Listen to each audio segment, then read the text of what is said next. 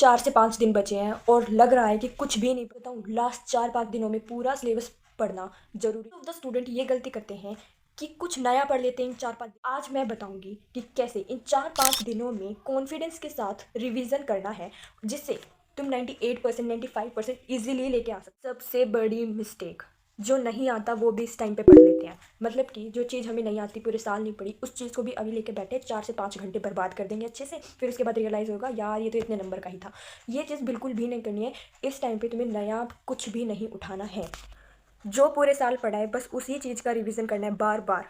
वो तुम्हें मार्क्स दिलाएंगे, यहाँ से यहाँ ले जाएंगे। तो अब मैं तुम्हें बताने वाली हूँ 3 मेथड रिवीजन प्लान। इसमें क्या होगा कि 3 ऐसे मेथड बताऊंगी जिससे तुम्हारी पूरे के पूरे सिलेबस की रिवीजन अच्छे से हो। सबसे पहला मेथड है वीक पॉइंट। वीक पॉइंट को पकड़ो और उस वीक पॉइंट पे तुम्हें काम करना है। मतलब कि जब भी तुम सैम्पल पेपर लगाते हो तो ऐसा तो है नहीं कि 80 आउट ऑफ 80 लेके आ रहे हो, कोई ना कोई गलती तुम्हारी होती होगी। उन गलतियों को पकड़ना है और सुधारना है। कैसे? देखो, पिछले टेस्ट स्कूल में हुए होंगे, प्री बोर्ड हुए होंगे, उन सारे पेपर्स को एक जगह लो और देखो तुमने कहाँ कहाँ मिस्टेक की है, और वो मिस्टेक तुम्हें अब रिपीट नहीं करनी है। अगर तुम रिपीट करते हो तो भाई मतलब ये गलती बिल्कुल भी नहीं करनी है कि तुमने दोबारा वही मिस्टेक करी है। ऐसा नहीं करना है। सबसे पहले क्या करना है, मिस्टेक ढूंढो, अच्छा मैंने यहाँ पे गलती की है, इस गलती को सुधारो।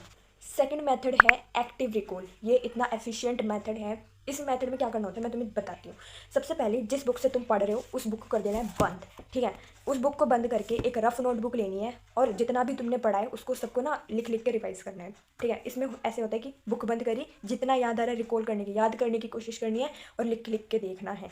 अब कुछ चीज़ें होगी जो तुम भूल गए होगे, कुछ चीज़ें होगी याद होगी तो तुम लिख दोगे। अब जो चीज़ें तुम भूल रहे हो उन चीज़ों को दोबारा पढ़ना है। ठीक है, मतलब वो चीज़ हो सकता है तुम एग्जाम में भी भूल जाओ, इसलिए उन्हें दोबारा पढ़ना है। ठीक है, तो थर्ड मेथड है वही मिस्टेक चेक करना। अपनी मिस्टेक देखो, अब सैम्पल पेपर लगाओ, क्वेश्चन प्रैक्टिस करो और अपनी मिस्टेक को एनालाइज करो। ये चीज़ तुम्हें करनी है इन 4-5 दिनों में। तो मतलब मैंने तुम्हें एक पूरा एक्टिव रिको मतलब पूरा मेथड बताया रिवीजन का। क्या है मेथड? कि तुम्हें सबसे पहले करनी है अपनी मिस्टेक चेक कि क्या मिस्टेक तुम कर रहे हो, एक्टिव रिकॉल करना है। ये कुछ ऐसे मेथड है जिससे तुम अपना पूरा सिलेबस रिवाइज कर सकते हो। अब मैं तुम्हें बताने वाली हूँ एक ऐसा रूटीन जो तुम्हें फॉलो करना है और अच्छे से रिवाइज करना है अपने सिलेबस को। ठीक है, तो सबसे पहले सुबह करना है क्विक रिवीजन, अपने सिलेबस का क्विक रिवीजन। कैसे कर सकते हो? वीडियोस होती हैं क्विक रिवीजन की, या फिर खुद से बुक लो, डेफिनेशंस पढ़ो, कीवर्ड्स पढ़ो, बस हो गया। ठीक है, इतना पढ़ा, सुबह सुबह बैठ के 2 घंटे 1 घंटे में ये काम करना है तुम्हें।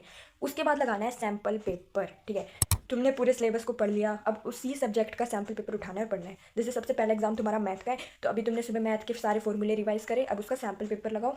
लगाने के बाद वही मैंने तुम्हें बताया, चेक करो, मिस्टेक देखो, उन मिस्टेक को सही करो। अब वो मिस्टेक रिपीट नहीं होनी चाहिए, मेन बात ये है, अब वो मिस्टेक तुम्हारी रिपीट नहीं होनी चाहिए।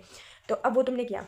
आफ्टरनून में क्या करना है, वही क्विक रिवीजन करना है। ठीक है, नेक्स्ट सब्जेक्ट का कर सकते हो, तुमने मैथ का सुबह कर लिया, शाम को कुछ और कर सकते हो। और रात में तो तुम्हें पता ही है शोभित भैया की लाइव आती है, प्रशांत भैया की शाम को आती है, तो वो तुम्हें कर ले लेनी है, बहुत इंपॉर्टेंट है। उससे तो बहुत अच्छी रिवीजन हो जाएगी। बल्कि एक और चीज़, रात को बैठ के 20 मिनट का क्विक रिकॉल करना है, जो मैंने तुम्हें बताया था।